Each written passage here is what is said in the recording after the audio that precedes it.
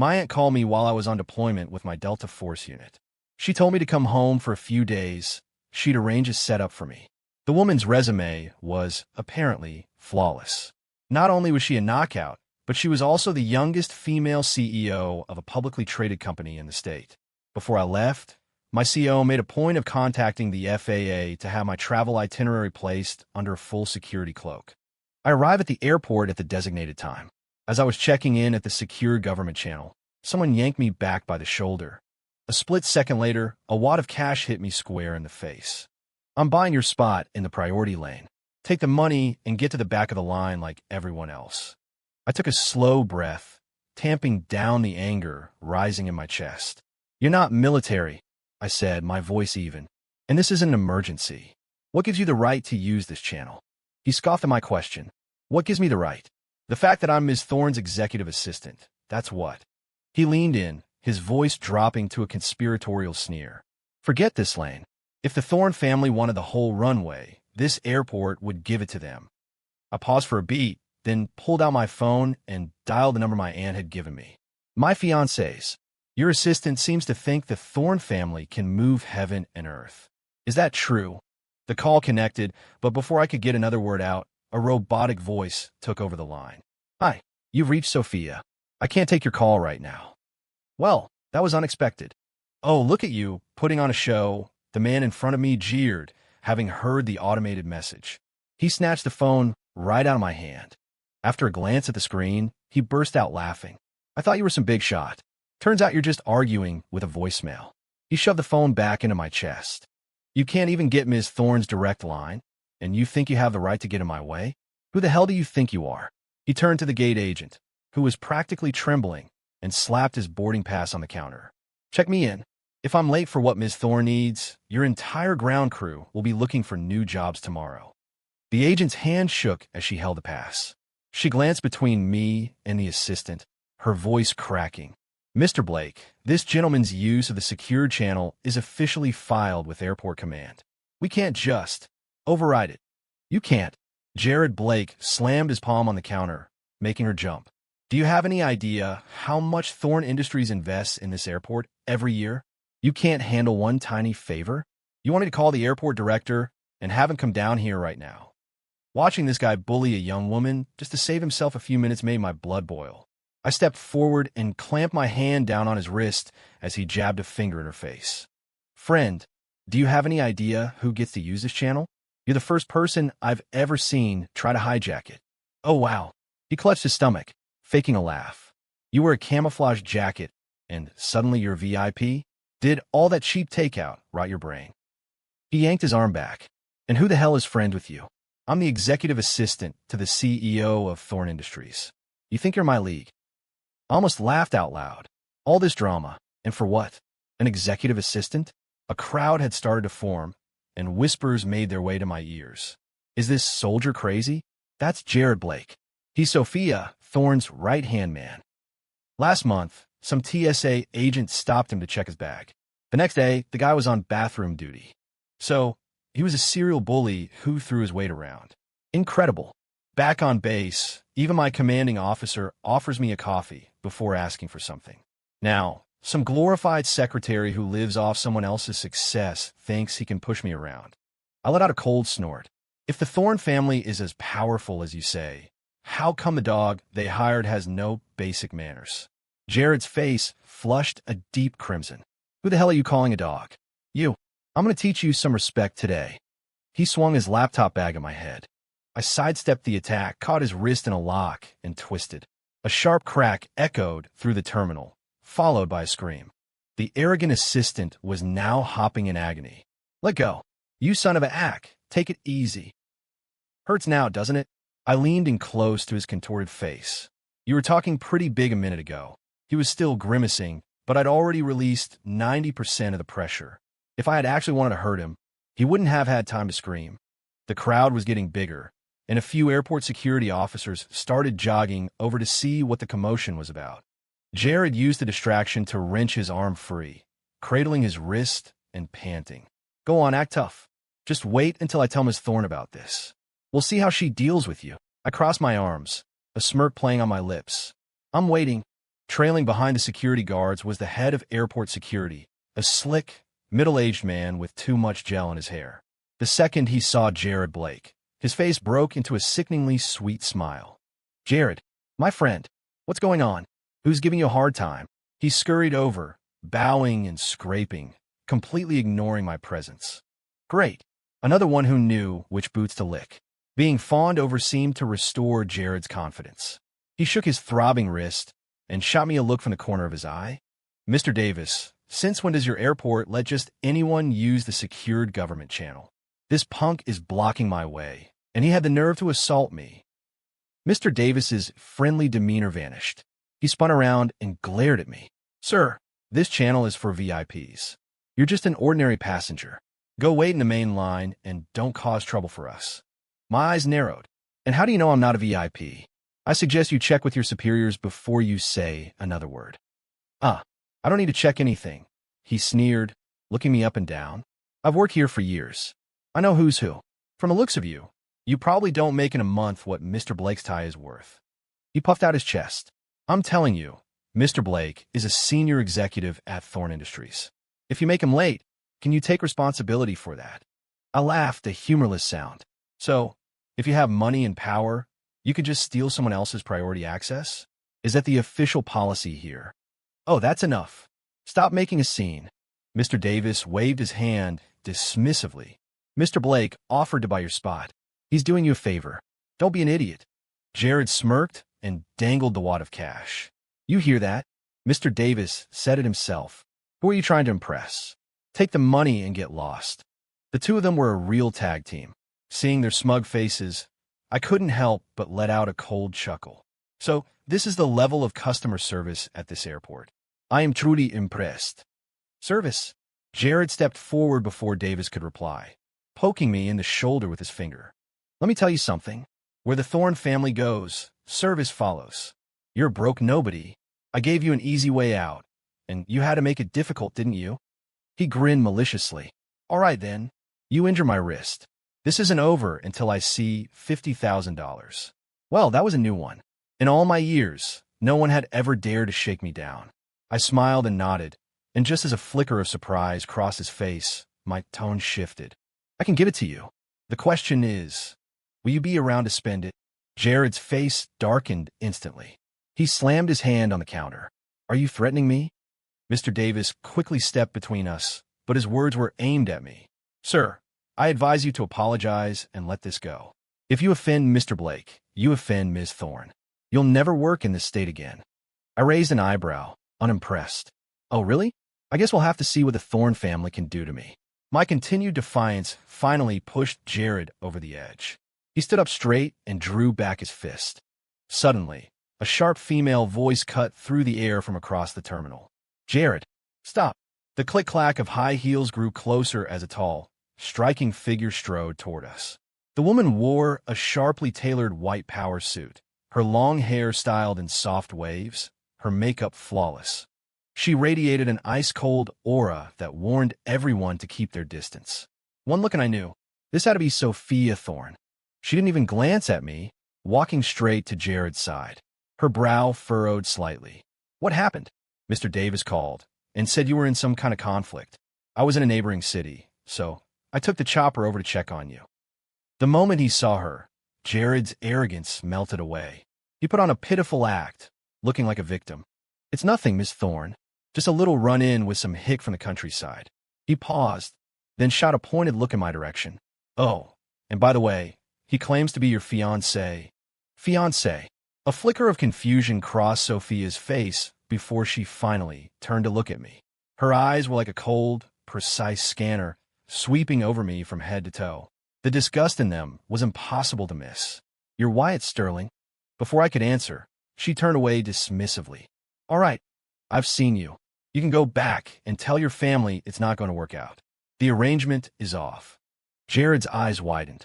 "Ms. Thorn, he's really your fiancé?" Sophia gave a faint humph of acknowledgement, as if the word tasted bitter. She leaned in and whispered to Jared, though not quietly enough. "It was just some old family arrangement from when we were kids. It doesn't count." She then gave me another sideways glance, making sure I could hear her next words. The man I marry has to be a titan, someone on my level. Look at him. Does any part of him look like he deserves me? She didn't stop there. Some guy who probably stinks of sweat all day thinks he can use an ancient family promise to latch onto my family? In his dreams. I watched her, a mix of amusement and disbelief swirling inside me. Like master, like servant. I looked at her with genuine interest. I was suddenly very curious to see how Ms. I only date titans Thorne would react if she knew who I really was.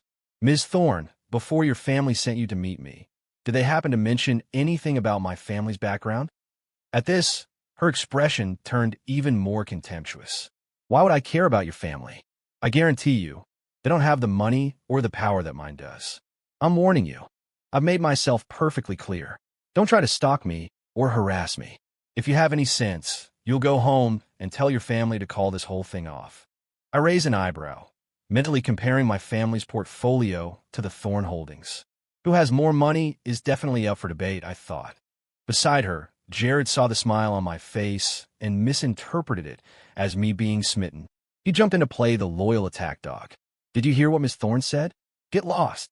Then, he turned to the airport manager with a commanding tone.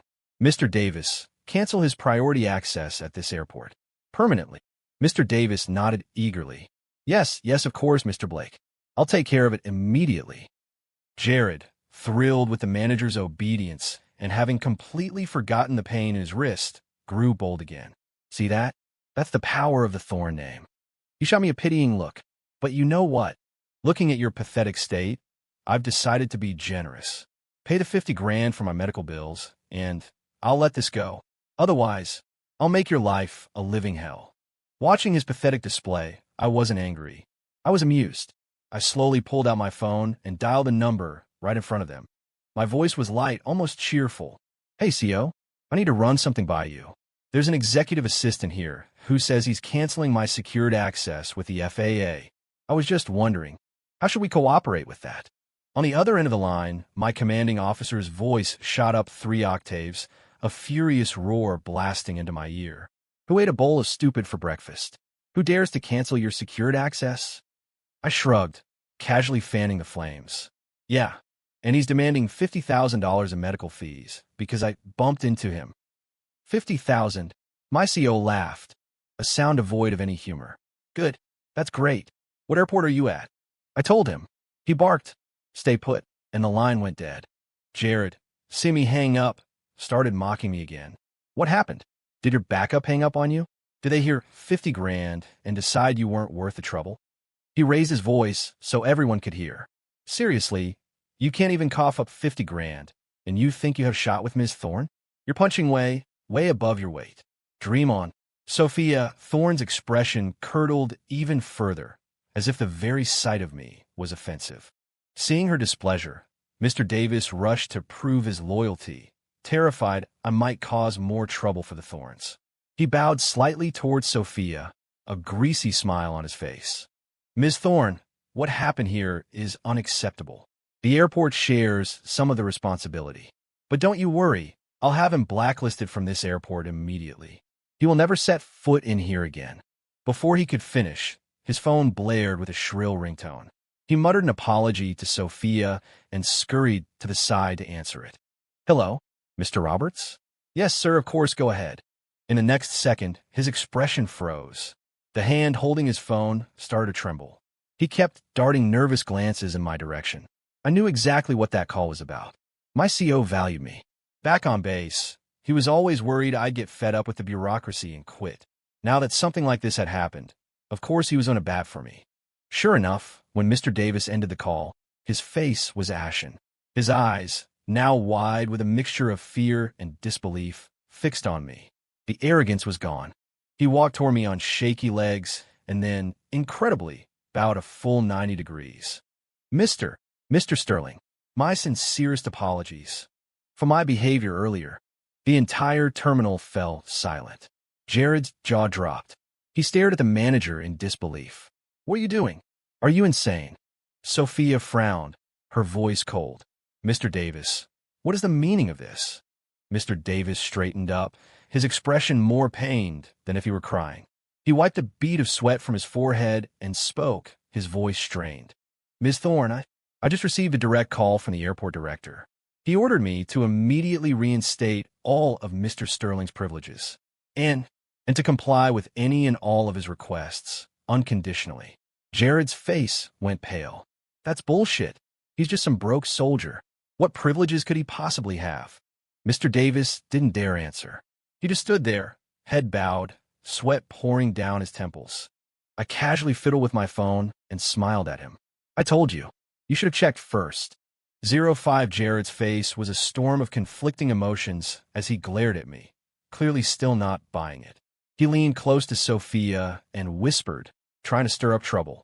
Miss Thorne, this guy just has a contact at the airport. That's all. Look at how smug he is. He has no respect for us. If we don't teach him a lesson, the Thorne family will be a laughingstock. Sophia's eyes hardened. Her competitive spirit had been ignited. Without a word, she took out her phone and dialed the airport director herself. I don't believe for a second that I, Sophia Thorne, can't handle a nobody like you. She was so confident that she hit the speakerphone button, wanting everyone to hear as she put me in my place. But when she stated her purpose, the man on the other end of the line hemmed and hawed. Ms. Thorne, I'm afraid that's not possible. Sophia's brow tightened. What do you mean? I mean that Mr. Sterling's status is specially designated as a person of national importance by Washington, D.C. This airport has zero authority to restrict his access or privileges in any way. A wave of murmurs rippled through the crowd. The onlookers who had been enjoying the show started whispering among themselves, their eyes darting toward me with a new sense of wonder. Designated by D.C.? Who is this guy? No wonder Davis changed his tunes so fast. They messed with the wrong person. Sophia's face drained of color. She gripped her phone, her red lips pressed into a thin, hard line. Mr. Roberts, you'd better think very carefully. If you don't blacklist him today, all of Thorne Industries' investments in this airport will be terminated, effective immediately. I shook my head and chuckled softly. Miss Thorne, why make things difficult for the working man? He's just following orders. Sophia abruptly ended the call and fixed me with a sharp, piercing stare. Wyatt Sterling, stop playing games. I don't care who you have behind you, but right now, you're in my city, and you'll play by my family's rules. Oh, really? I glanced down at my watch. The timing should be just about right. After my CO hung up, he'd texted me that he was sending a military jet to pick me up so I wouldn't have to deal with this nonsense. It should be arriving any minute. As if on cue, the airport's PA system crackled to life. Attention all passengers. Due to special air traffic control measures, all departing flights are temporarily grounded to clear the runway for a priority military aircraft. We will provide updates on resumption of service as they become available. The announcement sent a shockwave of confusion through the airport. I smiled at Sophia Thorne. So let's see what the consequences are if I don't listen. Before the words had even fully left my mouth, the sound of rhythmic, heavy footsteps echoed from outside the VIP lounge. A large group of uniformed staff hurried in, led by the very same airport director, Mr. Roberts. The moment he saw me, he practically ran over, bowing his head respectfully. Mr. Sterling, my deepest apologies for the delay. The staff behind him stood at attention, their posture almost reverential. Jared, who had been eagerly waiting to see me crash and burn, looked like he'd seen a ghost. His face went slack, his lips trembling as he failed to form words. Sophia was frozen in place, a flicker of genuine panic finally appearing in her eyes. Mr. Roberts wiped the sweat from his brow and asked cautiously, Mr. Sterling, is there anything else we can arrange for you? I didn't answer him. Instead, my gaze drifted over to Sophia and Jared. I believe you wanted me to pay you $50,000.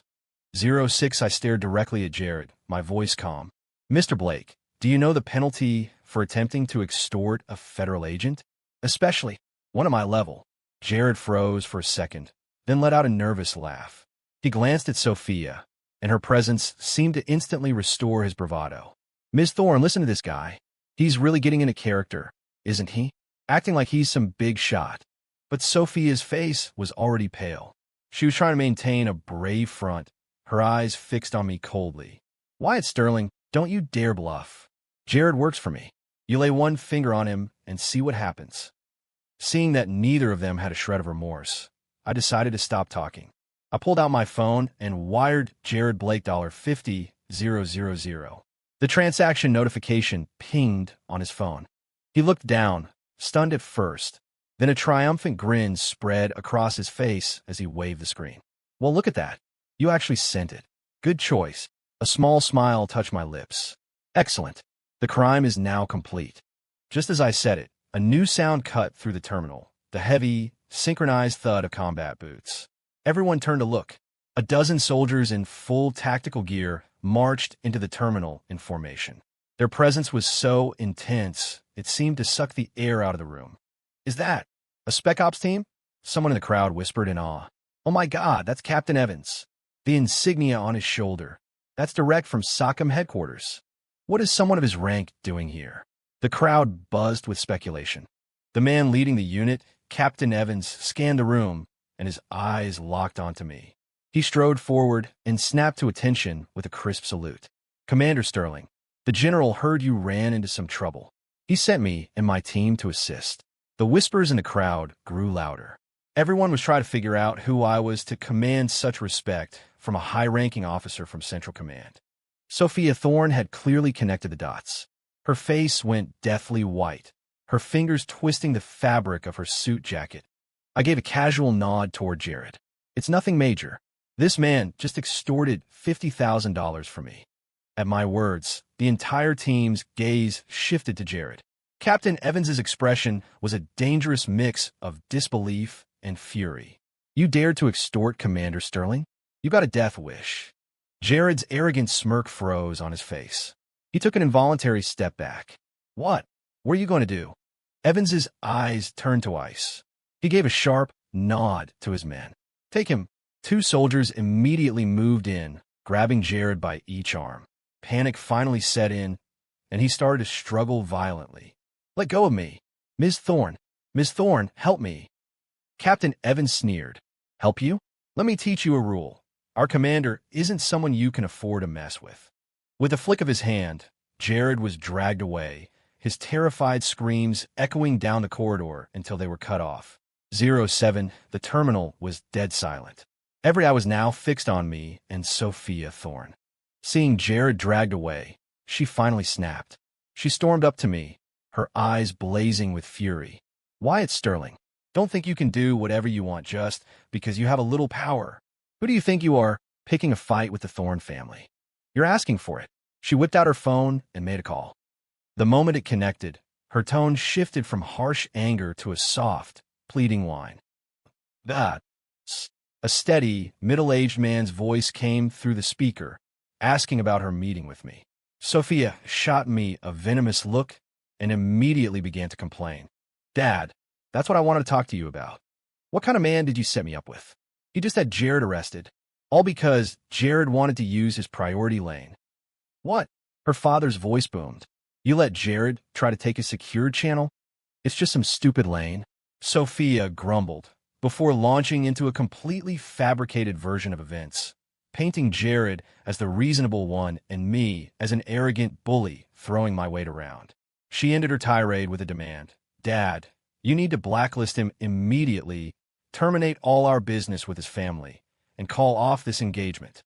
There were 2 seconds of dead silence on the other end. Then a volcanic roar erupted from the phone, so loud that even I could hear it clearly. Sophia, are you out of your mind? Do you have any idea who the Sterlings are?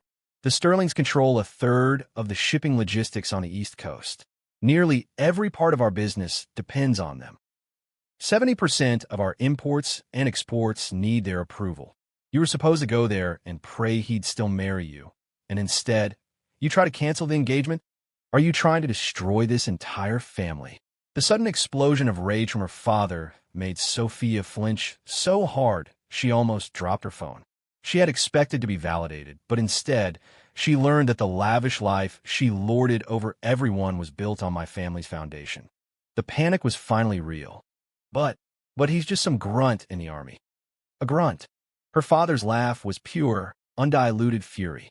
He's the youngest task force commander in SOCOM. His grandfather was a 4-star general, a living legend. The barrage of information left Sophia completely stunned. The color drained from her face, leaving it a pasty white. She stared at me, her eyes wide with shock and disbelief. She simply couldn't process that the nobody she had looked down on had a background this terrifying. On the phone, her father was still raging. "I'm telling you, right now, this instant, you will fix this. You will get Wyatt Sterling to forgive you. If this engagement falls through, don't even think about coming home. I don't have a daughter that's stupid." Click. He hung up. Sophia stood frozen, the phone slipping from her grasp and clattering onto the polished floor. The once buzzing crowd was now holding its breath, staring in stunned silence. After a few seconds, Sophia finally jolted back to reality. She took a deep breath, forcing down the panic on her face, and looked at me. "Wyatt, Mr. Sterling, what happened earlier? I was wrong." I just watched her, a faint smile on my lips, and said nothing. She bit her lip, finally lowering her arrogant head. Her voice was barely a whisper. "I'm sorry. I was incredibly disrespectful to you. Please, don't hold it against me." Watching Sophia Thorne's complete 180, I found the whole situation laughable. But it was clear we were a terrible match, and I had no interest in dragging this out. I shook my head. "Forget it. It's over. And don't worry. I'll speak to my family about the engagement. We'll call it off." I turned to leave. Sophia panicked, rushing to block my path in her high heels. Her previous arrogance was gone, replaced by a desperate plea. "Wyatt, wait. It was all a misunderstanding. Can we just talk, please?" I didn't break my stride. "There's nothing to talk about. Wyatt." Her voice was frantic as she reached for my sleeve. "I was wrong, okay? Just give me another chance." I ignored her and boarded the waiting military jet. After the whole ordeal, I finally made it home. To my surprise, my aunt, a woman who is usually buried in work, was sitting in the living room sipping tea. The moment she saw me, she pounced. "Well, how was the setup? I heard she's brilliant and beautiful, top of her class and everything. What did you think?" I thought back to Sophia Thorne's condescending sneer and arrogant attitude, and just shook my head. "Not a good fit. Not a good fit." My aunt's brow furrowed. She could tell something was off. "What happened?" I didn't want to say anything. I told Sophia I'd let it go. But Captain Evans, standing beside me, didn't have the same reservations. He recounted the entire airport incident in detail. When he finished, my aunt's face had turned to stone. She slammed her teacup down on the table with a loud crack. "The Thorne family has some nerve. They came to us on their knees, begging for this engagement, to repay our family for saving them from bankruptcy. And this is how they show their gratitude." She sat there, fuming, then snatched up her phone and made a call. "Give me headquarters. This is my order.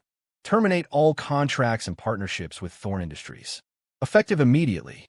Yes, all of them. Leave nothing." I frowned. "Aunt Catherine, this was Sophia's fault. We don't need to take it out on the whole family." "Why not? You're my only nephew. You think I'm going to let you be insulted like that?" She let out a cold snort and sat down beside me. "Besides, that old fox Richard Thorne has been using our family's name to swindle people for years. I've been waiting for an excuse to cut him loose. I usually can't be bothered, but now that they've come after you, I'm not letting it slide." Seeing how determined she was, I didn't argue. I didn't have to wait long to see the results. The next morning, the business news was leading with the story. Breaking news. Thorne Industries stock plummeted 30% at market open this morning as multiple key partners simultaneously announced the termination of their contracts. The conglomerate is facing a severe liquidity crisis. I was watching the train wreck unfold on TV when the doorbell rang. When I opened it, I found Richard Thorne standing there, his face plastered with a desperate smile. Behind him stood Sophia, her eyes red and swollen. He wrung his hands together, his voice dripping with false sincerity. "Wyatt, my boy, I brought Sophia here to apologize." I raised an eyebrow at the pair. Before I could speak, my aunt's cold voice came from behind me. "Humph. A little late to be sorry now, isn't it?" Richard Thorne's smile froze on his face. But being the veteran schemer he was, he quickly recovered, forcing an even more obsequious expression. He nudged Sophia forward. "Catherine, please calm down. It was all my daughter's fault. She's young and foolish." "Foolish." My aunt laughed, a cold, sharp sound. She pulled a thick file from a desk drawer and threw it onto the floor. "Richard, Did you really think I'd go to all this trouble over a squabble between kids? This has been a long time coming. It's time we settled your accounts. The papers scattered across the marble floor. Richard looked down, and beads of sweat instantly broke out on his forehead. The documents were irrefutable proof of years of shady dealings. Asset transfers, fraudulent advertising, corporate espionage. Catherine, please let me explain. Explain what? That you used the Sterling name to cheat and swindle your way to the top, all while bullying my nephew? The fact that you're not in federal prison is a kindness. Richard was now in a full-blown panic. He grabbed a stunned Sophia by the arm. Quick, apologize to Mr. Sterling. Now, Sophia, her makeup a mess from crying, stumbled forward and tried to grab my hand. Wyatt, I know I was wrong.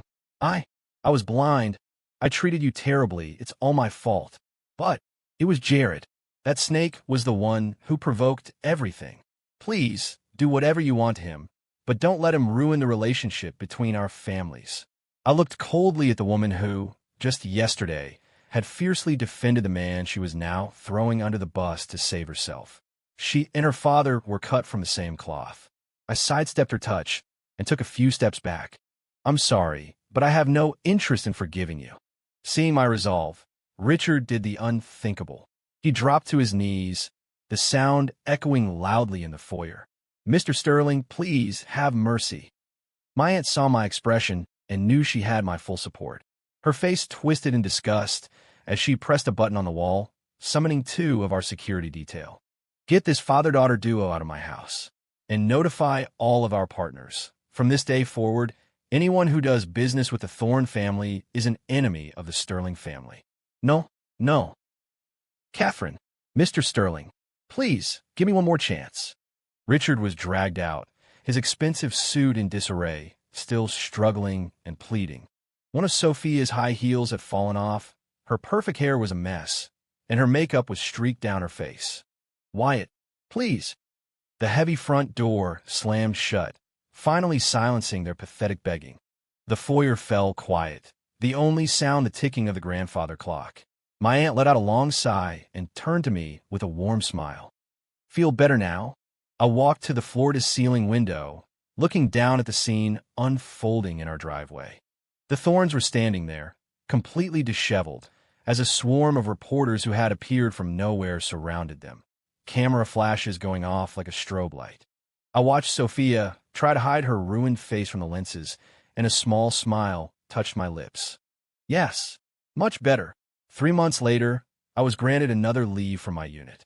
I was standing in the top-floor conference room of the Sterling Industries headquarters when my aunt walked in, holding a copy of the latest financial newspaper. Take a look at this. She spread the paper out on the massive table. The headline was stark. Thorne Industries officially files for bankruptcy. Former commercial empire collapses. I glanced at the article. It detailed the company's swift decay over the last 3 months. A 95% drop in stock value, a mass exodus of all partners, and multiple projects abandoned mid-construction due to the frozen cash flow. The most damning part was the accompanying photo of Richard Thorne being mobbed by creditors, the once powerful titan now looking like a broken old man with vacant eyes. What happened to Sophia? I asked casually. My aunt snorted. Fled the country, I heard. However, she gave me a knowing smile. Her loyal assistant, Jared Blake, is currently serving a lengthy prison sentence for corporate fraud and embezzlement. I nodded. I wasn't surprised. Just then, her secretary knocked and entered. Ms. Sterling, Captain Evans is here. Captain Evans, looking sharp in his dress uniform, walked in, saluted me, and handed over a file. Commander, here's the final report you requested. Richard Thorne's illegal activities were extensive, and the evidence is solid. The DA is preparing to file charges. I opened the file. It detailed numerous crimes, but the most shocking was his connection to a corporate espionage case a decade ago that had resulted in the suspicious death of a rival CEO. My aunt shook her head. What goes around comes around. If we had known he was that corrupt, we never would have bailed out his company all those years ago. I closed the file and handed it back to Evans. Let the justice system handle it. After he left, my aunt leaned in with a mischievous glint in her eye. On a much better note, I have some good news. Do you remember old Mr. Cole's granddaughter, Chloe? The girl just graduated from Harvard Business School and came home. She's been asking about you. I raised an eyebrow. The little pipsqueak who used to follow me around everywhere. That's the one. Maya was beaming. She's grown into a stunning and incredibly capable young woman. And more importantly, she paused for dramatic effect. Mr. Cole said that if you two hit it off, his entire tech company is her dowry. I sighed, shaking my head. Aunt Catherine, are you trying to set me up again? This is different. She insisted. Chloe is a sweetheart. She has her head on straight. And she's admired you since you were kids. She's nothing like that short-sighted girl from the Thorne family. As if on cue, there was another knock on the door. The secretary poked her head in. Ms. Sterling, a Ms. Chloe Cole is here for her appointment. My aunt's face lit up. Speak of the devil. I looked toward the door and saw her. A vision in a simple white dress, her dark hair cascading over her shoulders, her eyes bright and intelligent. She was a world away from the little girl with the ponytail I remembered, but the vibrant energy in her gaze was the same. Wyatt, it's been a long time. Chloe Cole smiled warmly and extended her hand. I took it, feeling a firm, confident grip, and for the first time in a long time, I felt that maybe, just maybe, this setup would be different. Outside, the sun was shining, and it felt like my life was just beginning.